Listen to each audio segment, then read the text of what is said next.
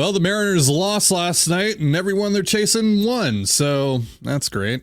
We'll get into the worst bits of last night's game and more coming up here on the Locked On Mariners podcast. Colby, hit it.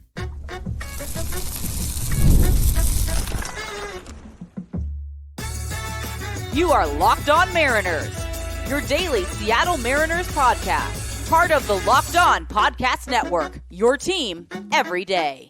Ahoy, sailors. It is Wednesday, September 18th, 2024. This is Ty Gonzalez and Colby Patnode for the Locked On Mariners podcast, part of the Locked On Podcast Network, your team every day.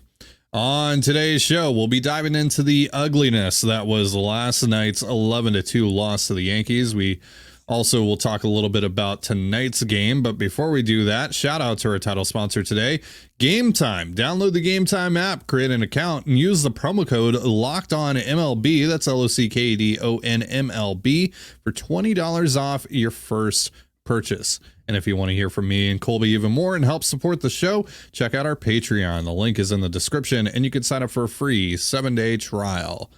So this one was ugly from the get-go, folks. Gleyber Torres gets on base on a ball that Josh Rojas tried to will foul. Wasn't able to do that. Then Soto doubles, makes it second and third, nobody out. And then Aaron Judge comes up and does what, of course, Aaron Judge does. And that just kind of set the tone for how this game was going to go for Bryan Woo. Really weird approach for Woo. Colby, you and I talked about this right before we hopped on here. Woo, it was still a fastball heavy approach, but it was just a four-seam fastball heavy approach from Woo. 48 four-seamers. The next highest used pitch for him was the slider with 14. Two-seamer tied that with 14 as well. But we didn't see that two-seamer a lot, which was pretty surprising. We also saw 11 changeups, 7 sweepers. So this was fairly close to what we saw a couple starts ago against Oakland. Four-seam usage far higher than it was in Oakland. But beyond the four-seamer, a bit more of a mix of pitches from Woo that we haven't really typically seen. Just a really weird game plan against this lineup. And when we just saw Woo have a ton of success against another really good lineup in the Padres, taking a perfect game into, 6 1/3 deep, using that four seam, using that two seam almost exclusively, for him to do this against the Yankees, I don't know. It was just weird. Every team is different, obviously, and every game plan is different, but I don't know. It was just a weird approach. And he didn't execute. He didn't execute it whatsoever. He caught a lot of plate consistently throughout the course of this game. Now, with most major league hitters, there's the off chance if you make a mistake in the middle of the plate, they might miss it, right? They might foul it off. But when it comes to the Juan Sotos of the world and the Aaron Judges of the world, there's 100% chance, 110% chance, 1,000% chance that you are going to get punished for it. And that's exactly what happened last night. Like, you just can't hang a slider in the middle of the plate to Aaron Judge, which is what happened in that first at bat when Judge made it 2-0. Mm-hmm. So, yeah, just a rough night overall for Woo that put this game well out of reach for the Mariners. Do you have any thoughts on his night? Yeah, it was just weird, mostly due to the lack of the two-seamer or the sinker, whatever you want to call it, because that is his best pitch. It is the pitch with, it is the pitch that is the least likely to do damage, that they're least likely to do damage against. It's got a lower exit velo than the four-seamer.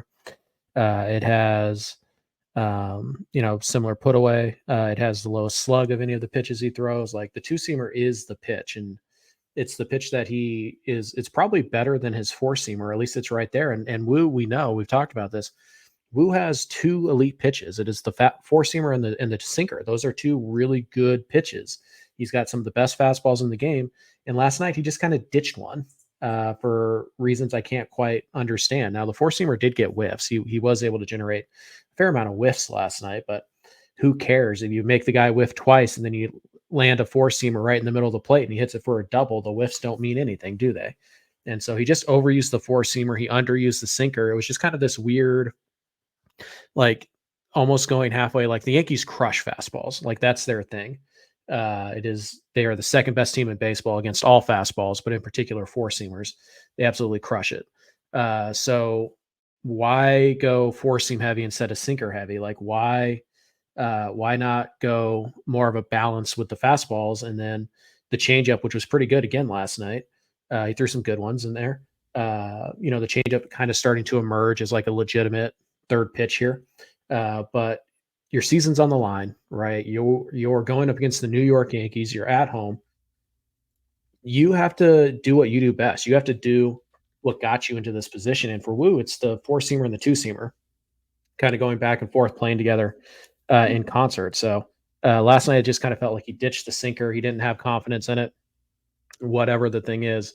And he just went really four seam heavy, which, I mean, you can get away with against some teams, but the Yankees demolish fastballs. And like you said, when you're talking about Juan Soto and you're talking about Aaron Judge, you can have a great fastball, but if it's in the middle of the plate, it doesn't matter. Those guys are going to make you pay. And Woo last night, to go along with the weird game plan, very mediocre command of his pitches. Everything kind of just seemed to leak out over the middle of the plate, except for the sinker. The sinker was kind of the one pitch that didn't really get torched yesterday, and he just didn't use it. I don't know if that's a game plan. I don't know if that's a feel thing. But whatever it is, Bryan Woo kind of, ran away from himself, what has made him super successful over these last, 12, 15 starts, whatever it's been.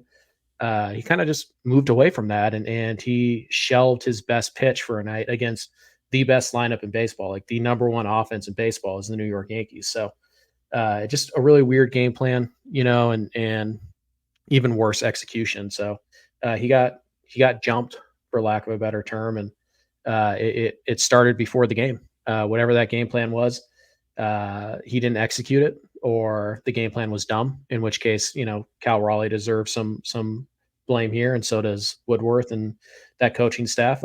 It was a bad game plan, and it's a bad game plan, and then it was poorly executed.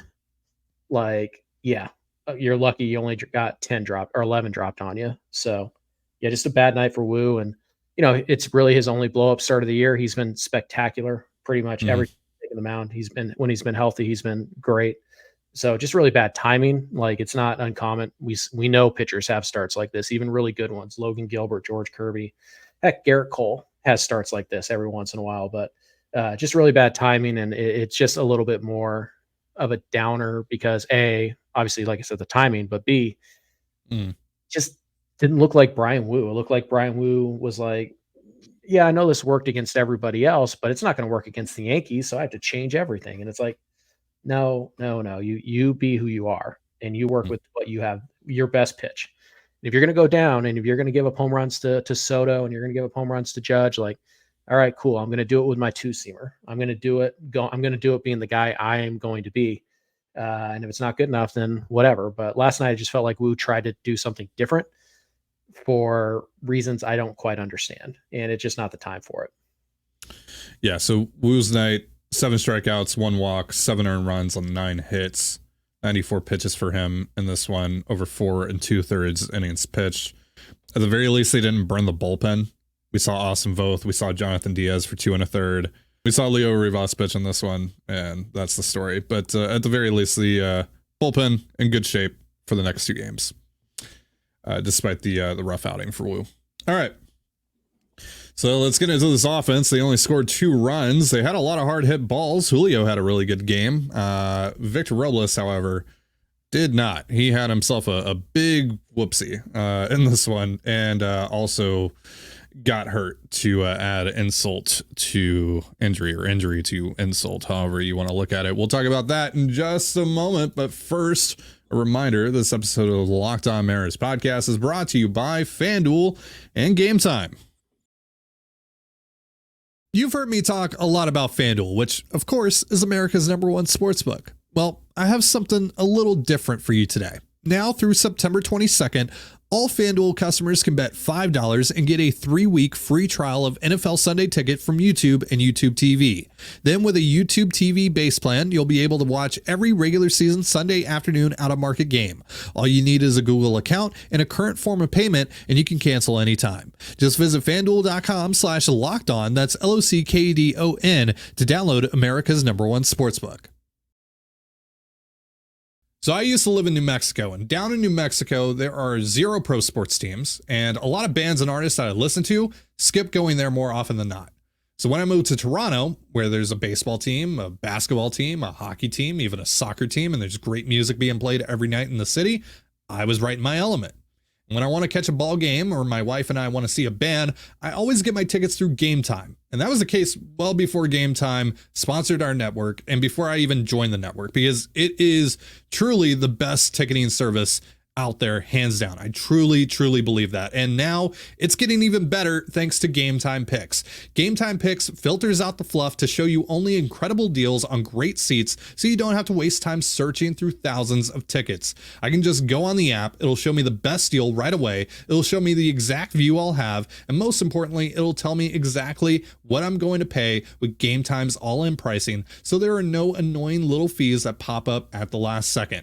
Take the guesswork out of buying tickets with Game Time. Download the Game Time app, create an account, and use the promo code LOCKEDONMLB, that's LOCKEDONMLB, for $20 off your first purchase. Terms apply. Again, create an account and redeem promo code LOCKEDONMLB for $20 off.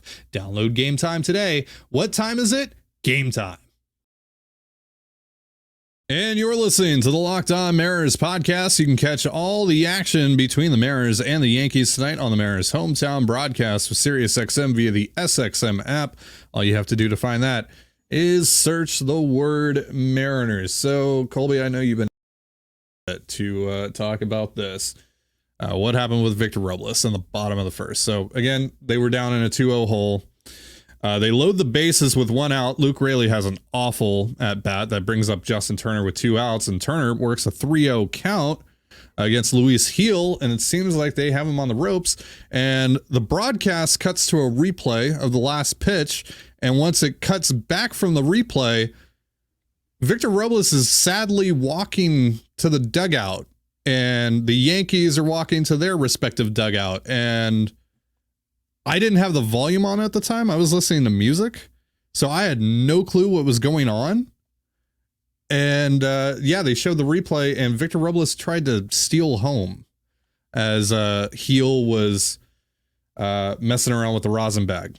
Robles was trying to catch him at a time where he thought he was distracted, but Gil made the ideal throw there in that situation, got Robles, and that ended the inning. So look, Victor Robles has been a lot of fun this year, partly because of his aggressiveness on the base pass. He has been really good at picking his spots, which makes this moment all the more baffling.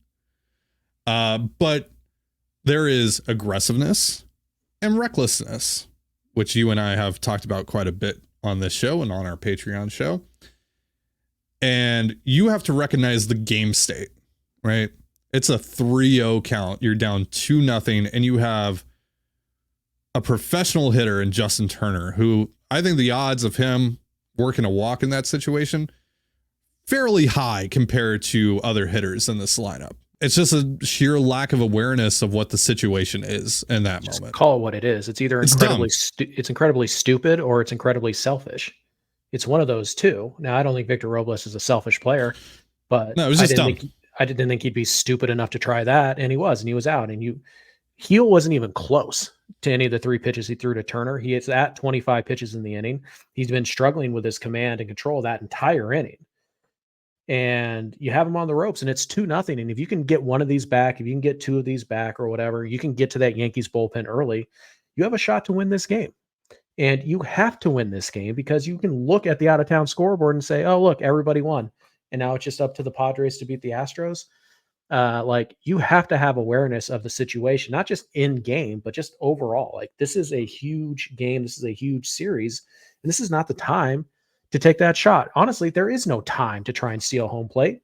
And if you do it and you're successful at it, great. You got lucky. there's just no upside to this. Like what's going to happen? You steal that run. Let's say you steal a run, right? And you save.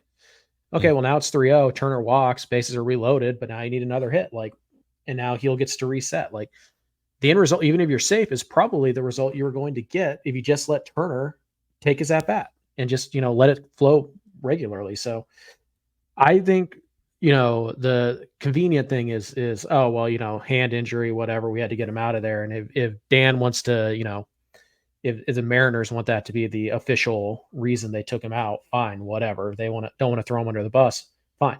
But I really hope that Dan Wilson sat him down and said, you're done. Like, I can't put you back out there. We're not going to throw you under the bus here.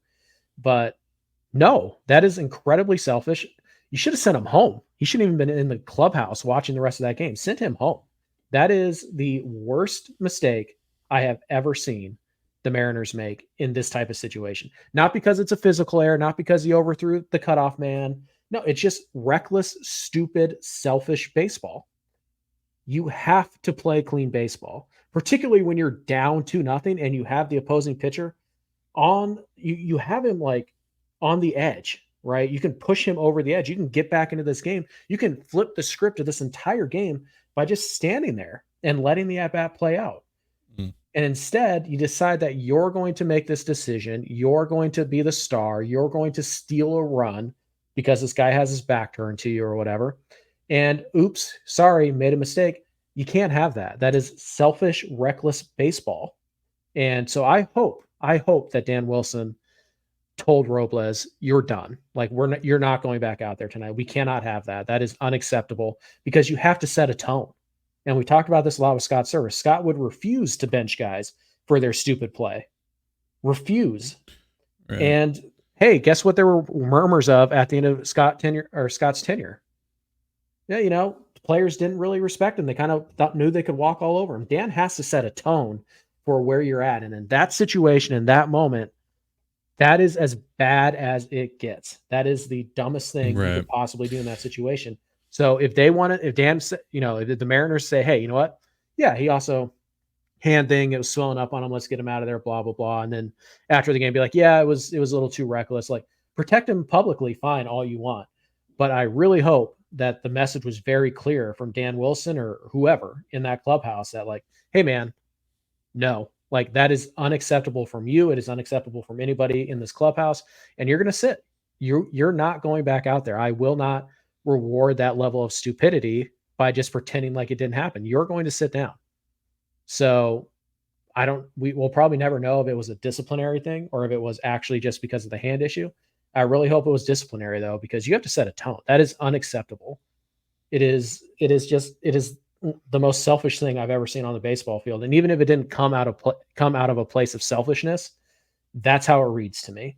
I'm going to be the star. I'm going to be the center of attention. I'm going to steal home, even though I disagree with that. The best shot for me to help my team is to plant my butt right here on third base and wait for Heel to throw this ball. Because he's probably going to throw a ball. He wasn't even close in the first 3 pitches. So call it whatever you want, selfish or stupid. It's unacceptable either way. I think it was stupid. I think it was dumb, but I don't think it was selfish. I don't think it came from a place of selfishness. I don't think Robles is like, I'm going to play hero ball right now and I'm going to be the star or whatever you're alluding to. I don't agree with that at all, because that's not at all what Victor Robles has displayed over the 3 months that he's been in Seattle. On that, but I think it was just a dumb moment. I think it was a moment in which, let's just call it what it is. Not you and me. We're calling it what it is. It's not aggressive, right? It's not a risk. It's stupid. Right. But his aggressiveness, sometimes that's going to come back to bite him. Now, this is like beyond aggressiveness. This is just reckless, right? Because it's just a complete unawareness of what the situation at hand is, right? Yep. Right. It's a complete disregard for who's at the plate, what the count is, how many outs there are, what the just the overall state of the game, right? Yep.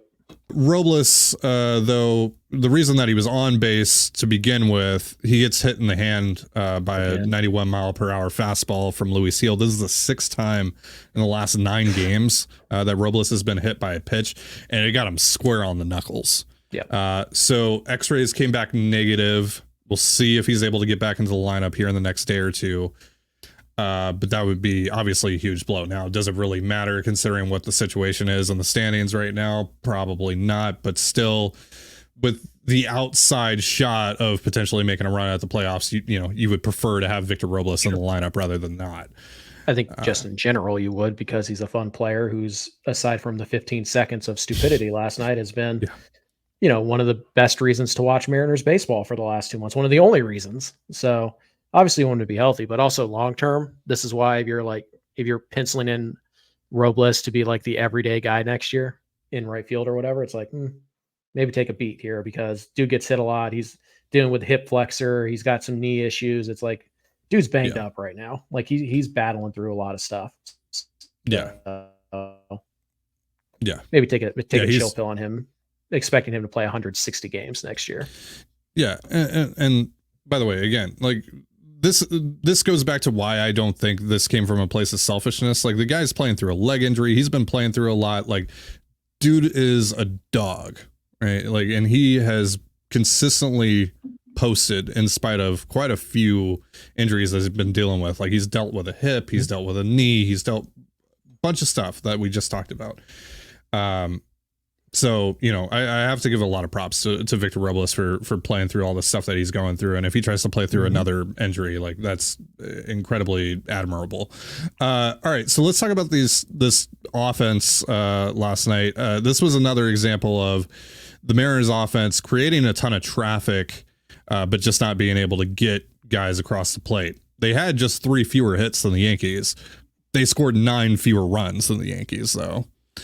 And that's obviously the huge difference here. But they had quite a few hard hit balls. I mean, Julio was awesome last night. 4 for 5 for Julio, 3 hard hit balls. Josh Rojas had 3 hard hit balls last night. JP with a couple of hard hit balls. Jorge Polanco, a couple of hard hit balls, including the home run. But yeah, they just couldn't get the big hit. Now, again, it didn't really matter because their pitching staff put them at such a deficit. Bryan Woo put them at such a deficit in this one. But yeah, this was a frustrating night for the offense because you had everything except for runs going for you. Yeah, base runners everywhere. Not a big hit to be found. You get your 2 runs on solo home runs. But yeah, you had 9 hits. You had, what was it? 4 walks. You had, was it 2 hit by pitches or 1? Either way, you had plenty of free base runners, right? You had plenty of hits. You only struck out 9 times. That's a good number for Seattle. So you put the ball in play enough. You had enough base runners. You just couldn't find the hits. And, just one of those things of, if Rayleigh's big home run comes with a couple guys on base in that, second inning or whatever, everything changes. And same with Polanco. If he gets up there and there's a couple guys on and he hits that home run, everything changes. But when they had opportunities, which is pretty much every inning, I can't think of a clean 1, 2, 3 inning that the Yankees had in this game. Maybe they had 1.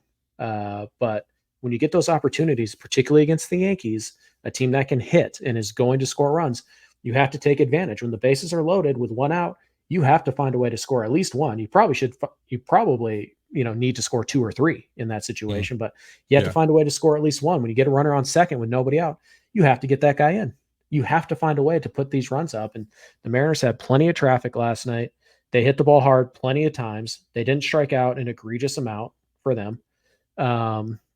They drew walks. They had, a couple homers.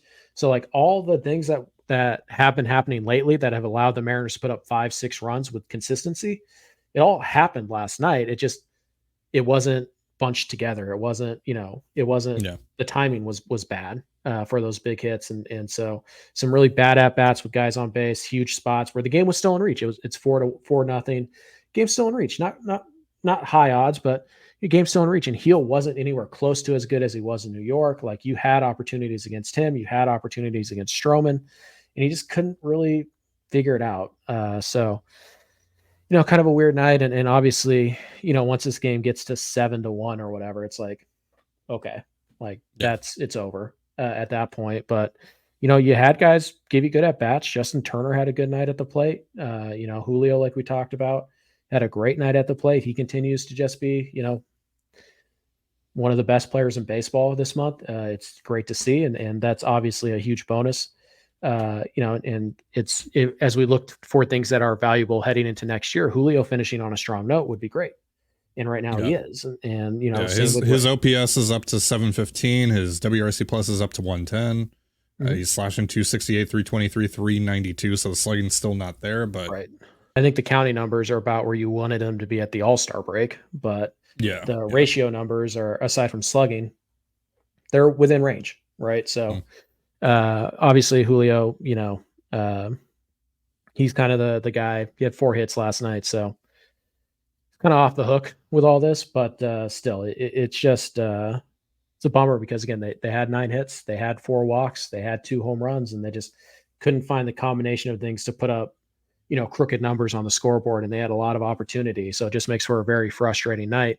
And it probably doesn't feel all that much different because they would still lose. But if they put up 5 or 6 last night, we're probably sitting there being like, okay, well, at least the offense is still rolling. And, we saw some good things, and they had every opportunity to put up 5 or 6 runs last night with ease. They just couldn't quite get the hit at the right time. And that's a bummer. And it makes for a really annoying baseball.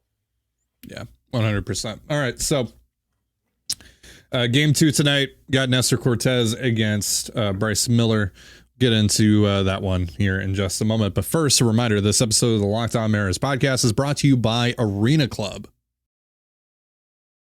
For most of us that like collecting cards, the idea of spending $2,000 or more on Luka Doncic, Ellie De La Cruz, or Patrick Mahomes rookies just isn't in the cards. Now, I love collecting, but that's some serious money to drop.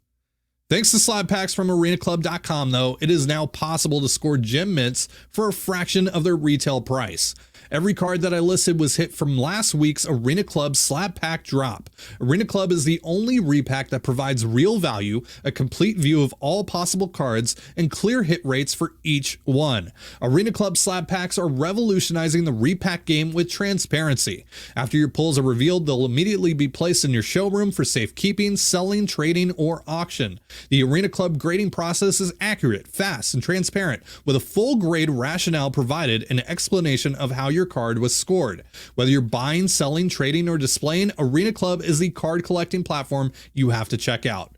Right now, you can get 10% off your first slab pack or card purchase by going to arenaclub.com/lockedonmlb and use the promo code LOCKEDONMLB. That's arenaclub.com/lockedonmlb, promo code LOCKEDONMLB for 10% off your purchase. And you're listening to the Locked On Mariners podcast. Once again, you can catch all the action between the Mariners and the Yankees tonight on the Mariners hometown broadcast with SiriusXM via the SXM app. All you have to do to find that is search the word Mariners. Bryce Miller going in that one for the M's. Nestor Cortez, Mariners legend, going for the Yankees in this one. Thoughts, if any, on this, Colby?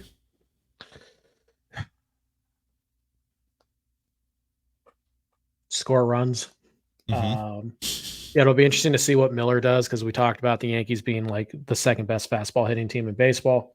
Obviously, that's Miller's bread and butter. The splitter is going to be a very important pitch with Soto and Rizzo and the other lefties, Verdugo, that are going to be thrown out there as well. So, it's a tough matchup for Miller. We know he's going to throw strikes. We feel really confident that that's going to happen, but they have to be quality strikes. And, he's got to find a way to get value out of that 4-seamer. You can't not throw it just because the Yankees are really good at hitting that pitch, but you also can't live and die by that pitch. You have to find a way to get value out of your split and out of your sweeper. Miller's been slowly getting more and more out of those pitches here recently. So hopefully that trend continues. You do need to get some innings out of him, not because the bullpen is shot from last night, but just because if Miller only goes 4 innings tonight, then the bullpen's going to have to cover 5, and then there's still a game tomorrow, and then there's a game on Friday. It starts to snowball on you a little bit. So it'd be nice if Miller could go 6. And then, against Cortez, he's literally the kitchen sink guy. He'll throw everything he's got at you, and he'll be in the middle of the plate at times. And when he is, you have to take advantage. You have to hit the ball hard. So this is probably your best shot to score runs of this entire series.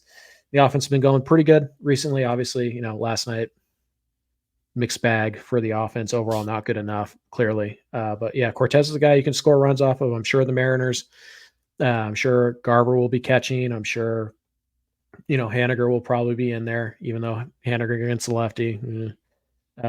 We saw what the lineup looked like against Andrew Heaney and how effective that was. I imagine their role with basically the same lineup. We'll see if Robles is available today or not. But yeah, they're going to stack a bunch of righties in there. And when Cortez, leaves the changeup in the middle of the plate, you have to do damage on it because he's going to get some calls off the corner. He's going to live out there as much as he can, but at some point you're going to get ahead 2-0 and he's going to have to pipe something. When he does, you have to take advantage of it. And if you don't, you're going to lose this game and your season will essentially end as if, it's really hasn't already, but we'll see. And if you can do all that and you can win tonight, maybe, just maybe, Cleveland get you a dub and maybe San Diego gets a dub and you're back to where you were yesterday, albeit with 2 fewer opportunities to make up ground. So yeah, again, as long as you can get yourself into striking distance of Houston before that series, and look, you're running out of time on that, but it's still possible to get within striking distance of them before that series. That's all you can really hope for and ask for. So it's still possible, not likely, but still possible. We'll see how tonight goes. It's going to be Framber Valdez against Dylan Cease. So it's a good matchup. Yeah, it's going to be a lot of fun. Last night's Padres Astros game was unhinged, just absolutely off the rails. The Tigers game is Tariq Skubal against Alec Marsh.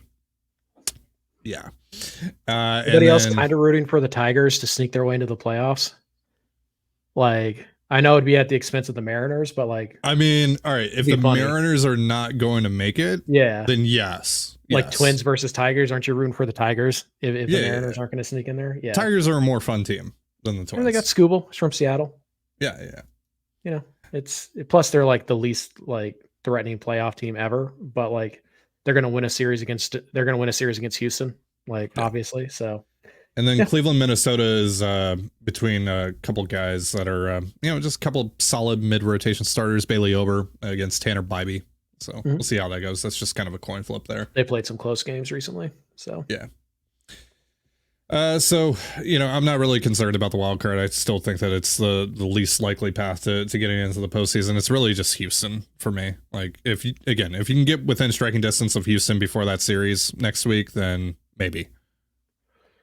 You got to be within 4 for that series to mean anything. And if you're within 3 or 4, then you have to sweep for that series to mean anything. If you're within 2, then winning that series might be enough. Now, can you pick up 3 games in 5 days? Probably not, but we'll see what happens. But yeah, I think we're just kind of running out the string here. 11 games to go, still technically in the playoff race. Just kind of, hoping Julio continues to hit, hoping Rayleigh continues to hit a little bit, and just hoping some of these guys, finish on a high note and we can start to dream about an offense that finished the year as one of the best in baseball over the last month and a pitching staff that's got all this talented young arms and blah, blah, blah, blah, blah. Just something to build on as we head into the winter. And, at the end of the day, there's only 11 Mariner games left, assuming they don't make the playoffs. Then you have to wait 7 months before we see real Mariners baseball again. So for no other reason than just that, maybe you might want to check out these last few games. Yeah. So we'll see how it goes. I'm just going along for the ride, like I said yesterday. And if something cool happens, great. And if it doesn't, well, that's an ending that I think I've already, come to terms with. And I think a lot of people have already come to terms with. So again, nothing to lose at this point. See what happens. All right. That is going to do it for our show. But before we get out of here, a reminder that Locked On has launched the first ever national sports 24/7 streaming channel on YouTube. Now it's also available on Amazon Fire TV and the free Fire TV channels app. Locked On Sports Today is here for you 24/7, covering the top sports stories of the day with the local experts of Locked On, plus our national shows covering every league. Find Locked On Sports Today now available on the free Fire TV channels app. Thank you so much for joining us here on the Locked On Mariners podcast. podcast. For Colby Patnode, I'm Ty Dane Gonzalez. Be sure to give us a follow on Twitter at LO_Mariners. You can follow me at Ty Dane Gonzalez and Colby at CPAT11. That's CPAT11. You can also find all that stuff in the description of this episode. Now have yourself a beautiful baseball day, and we'll see you next time. Peace.